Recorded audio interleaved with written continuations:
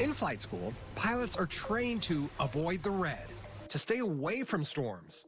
But the hurricane hunters seek out the red with the goal of making a better forecast. I think the best word maybe is dramatic, right? Like you're in the intense heat of battling this storm. Commander Adam Abitbull is one of two pilots in the cockpit of the WP-3D Orion, a 4-engine turboprop.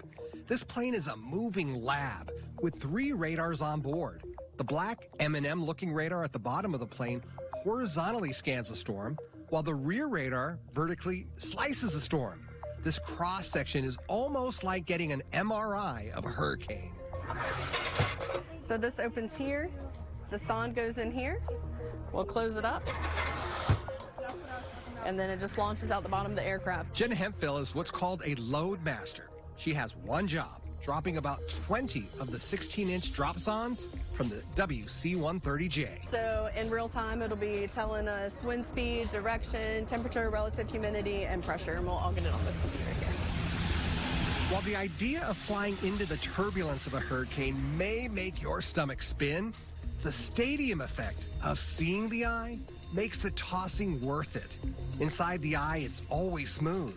But you never know what the flight into the eye is going to be like. They all have their different personalities. Some that you think would be crazy turbulent are pretty smooth, and then some you kind of look and go, oh, it doesn't look like much, and it shakes you around pretty good. So you just got to be on your toes with all of them. The hurricane hunters fly into a storm in what's called an alpha pattern, an X, or triangles.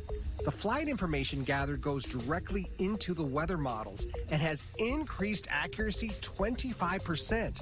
Reducing forecast track errors by 40 miles a day. It's the most dynamic flying in the world. I can't think of any other type of flying that is as challenging, as fun, as rewarding as flying in a hurricane. Did you know that the first flight into a hurricane happened right here in southeast Texas? It was Bryan College Station, 1943.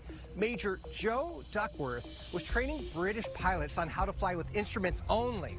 There was a storm in the Gulf of Mexico, and the British pilots were talking about the superiority of the British planes compared to the American planes. Well, the Major was having none of that, so he bet that he could fly into a hurricane using instruments only. The bet was on. He was successful and thus started the beginning of the Hurricane Hunter program.